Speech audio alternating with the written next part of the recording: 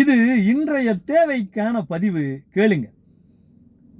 April 22 உலக பூமி தினமாக கொண்டாடப்படுகிறது.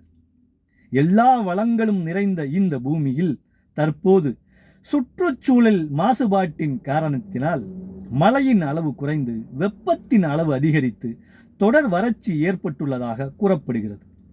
இதன் காரணத்தினால் உலகிற்கே உணவளித்து உயிர்காக்கக்கூடிய விவசாயமும் அதை சார்ந்திருக்கக்கூடிய கால்நடைகளும் கொஞ்சம் கொஞ்சமாக அழிந்து வருவதாக இயற்கை ஆர்வலர்கள் கவலை தெரிவிக்கின்றனர்.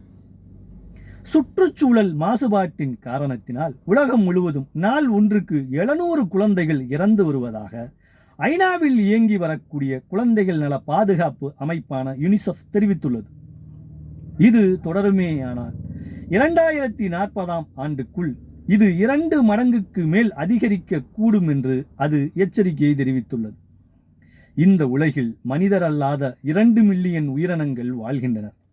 அவை ஆண்டு ஒன்றுக்கு 1,40,000 உயிரினங்கள் இறந்து வருவதாகவும் அதற்கு காரணம் மனிதர்களின் மேலாதிக்கம்தான் என்றும் இந்த பூமியில் வளங்களையும் வனங்களையும் பாதுகாக்க தவறியதின் காரணத்தினால் பருவநிலை மாற்றம் மற்றும் காலநிலை மாற்றம் ஏற்பட்டு உயிரினங்கள் அழிந்து வருவதாக ஒரு ஆய்வில் சுட்டிக்காட்டப்பட்டுள்ளது.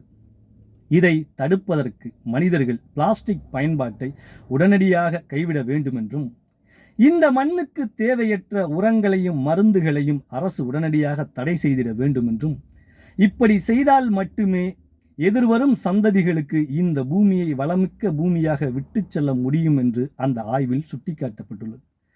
இதை பின்பற்றி எதிர்வரும் சந்ததிகளுக்கு இந்த பூமியை வளமிக்க பூமியாக விட்டு செல்வது நம்முடைய கடமையாகும். நன்றி.